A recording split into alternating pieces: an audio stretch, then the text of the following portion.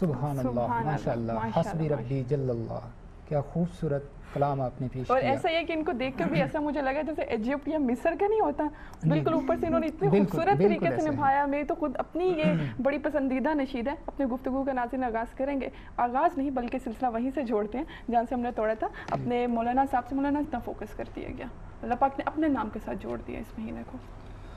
آپ کے سوال کے جواب سے پہلے مجھے غنیۃ الطالبین میں لکھی ہوئی ایک بات یاد آ گئی۔ شیخ عبدالقادر جیلانی رحمۃ اللہ لکھتے ہیں رحمۃ اللہ علیہ کہ رمضان میں 5 لفظ ہیں، را، میم، ضاد، الف، نون۔ کہنے کو تو یہ رمضان ہے، مہینہ ہے، لیکن ان میں اللہ تعالیٰ نے کچھ چیزیں انوکھی رکھی ہیں جو کسی اور مہینے میں نہیں رکھی، تو وہ انہی کے ذوق نے کھولی ہیں۔ کہتے ہیں را سے رحمت، را سے رحمت، میم سے مغفرت، ضاد سے جنت کی ضمانت، الف سے انس و محبت، اور نون سے نورانیت۔ آگے شیخ لکھتے ہیں کہ جو اس مہینے کے اندر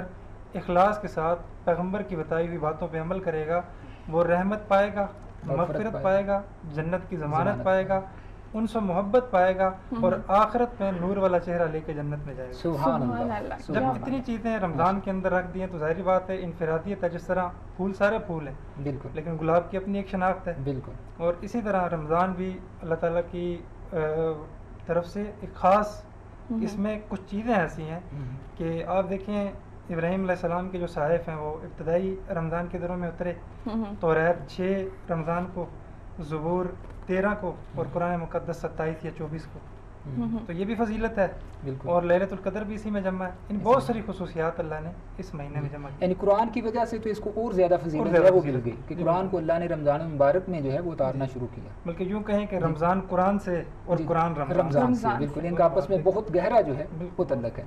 ہم مولانا صاحب کی طرف چلیں گے۔ مولانا صاحب، سحری کے متعلق جو ہے وہ احادیث مبارکہ میں جو ہے بہت زیادہ تعلیمات آئی ہیں، اس کی اہمیت جو ہے اس کو ذرا بیان کیجیے گا۔ بسم اللہ الرحمن الرحیم۔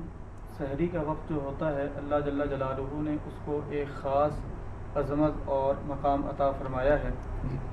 بلکہ ہر رات کا جو آخری حصہ ہوتا ہے، آخری پہر میں اللہ جل جلالہ اپنی رحمتوں کا خاص نزول اس آسمان دنیا پر کرتے ہیں،